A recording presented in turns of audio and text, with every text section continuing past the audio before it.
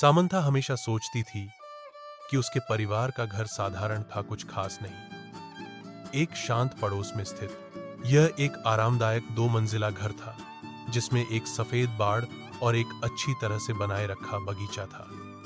फिर भी जैसा कि वह एक दोपहर धूल भरे अटारी में घूमते हुए, उसकी नजर कुछ असामान्य चीज पर पड़ी। दूर कोने में भूली हुई बक्सों के ढेर के नीचे उसने फर्श के तख्तों के नीचे छिपा हुआ एक संकीर्ण ट्रैपडोर देखा। जिज्ञासा पर इक्वड़ वह घुटनों के बल बैठी और उसे खोला।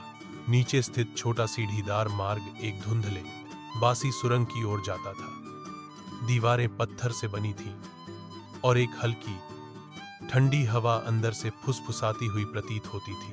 दिल धड़कते हुए सामंथा सावधानी से उतरी, उसकी टॉर्च अंधेरे को चीरती हुई। सुरंग उसकी उम्मीद से कहीं अधिक लंबी खिंची हुई थी। पृथ्वी के नीचे मुड़ती और मुड़ती हुई वह हिला नहीं सकी। उसे यह महसूस हो रहा था कि वह अतिक्रमण कर रही है, कि कुछ उसका इंतजार कर रहा था। अनंत काल जैसा लगने के बाद सुरंग आखिरकार एक छिपे हुए कमरे में खुल गई। दीवारें पुरानी किताबों की अलमारियों से भरी हुई थी, अजीब चमड़े से बंधी हुई किताबों से भरा हुआ।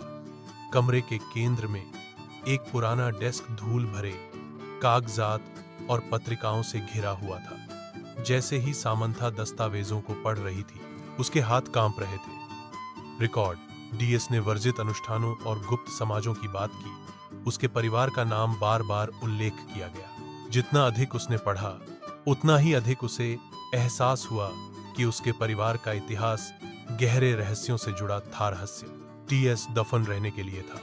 उसने कुछ ऐसा उजागर किया था जो किसी को नहीं जानना चाहिए था, कुछ ऐसा जो पीढ़ियों से छिपा हुआ था। जैसे ही खोज का भार उस पर पड़ा, उसने सबसे हल्की सी आवाज सुनी। उसके पीछे से आवाज आई, एक फुसफुसाहट, धीमी और ठंडी। वह अकेली नहीं थी।